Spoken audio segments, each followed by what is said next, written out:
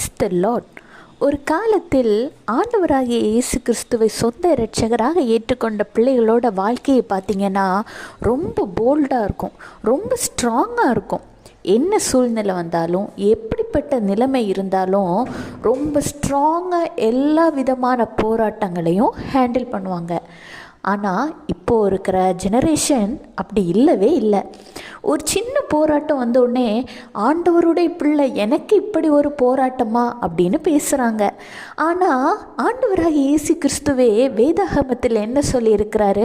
சோதனை சகிக்கிற மனுஷன் பாக்கியவான்னு ஆண்டவராகிய இயேசு கிறிஸ்து தான் சொல்லியிருக்கிறாரு.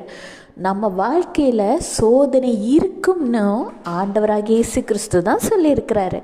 அப்படி இருக்க சமயம் போராட்டங்கள், சோர்வுகள், பல கஷ்டங்கள் வரும் பொழுது அதையெல்லாம் பெரிய விஷயமாக நினைக்காம நம்ம வாழ்க்கையில் இதையும் நம்ம கடந்து தான் வரணும் அப்படிங்கிறத புரிஞ்சுக்கிட்டு எல்லாவற்றையும் தூக்கி போட்டுக்கிட்டு வரணும்.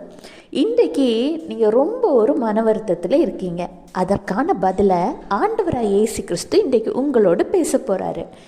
ஆதியாகமம் 28:15 நான் உன்னோடே இருந்து நீ போகிற இடத்திலெல்லாம் உன்னை காத்து இந்த தேசத்துக்கு உன்னை திரும்பி வர பண்ணுவேன் அப்படின்னு ஆண்டவராகிய இயேசு கிறிஸ்து இன்று உங்களை பார்த்து தான் சொல்லுகிறார்.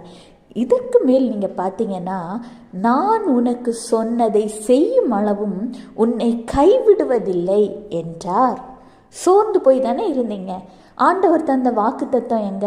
நான் எங்கேயோ இருக்கேனே, நான் நினச்சது ஒரு இடம், நான் இருக்கிறது ஒரு இடம், என் குடும்பம், ஃபேமிலி, என்னுடைய கரியர் எல்லாத்தையும் நான் விட்டுக்கிட்டு ஏதோ ஒரு இடத்துல வந்து இருக்கிற மாதிரி இருக்கிறேனேன்னு யோசிக்கிறீங்களா? வாக்கு தந்தவர் வாக்கு மாறாதவர். நீங்கள் இருக்கிற இந்த இடத்தில் கூட ஆண்டவரின் சித்தத்தின்படி தான் இருக்கீங்க. இங்கே கூட ஆண்டவர் உங்களோடு கூட இருந்து உங்களை பாதுகாக்கிறார். அவர் வாக்கு தந்திருக்கிறார் தானே, உங்கள் தேசத்துக்கு உங்களை திரும்பி வர பண்ணுவேன்னு. ஏற்ற காலத்தில் நடக்கும்.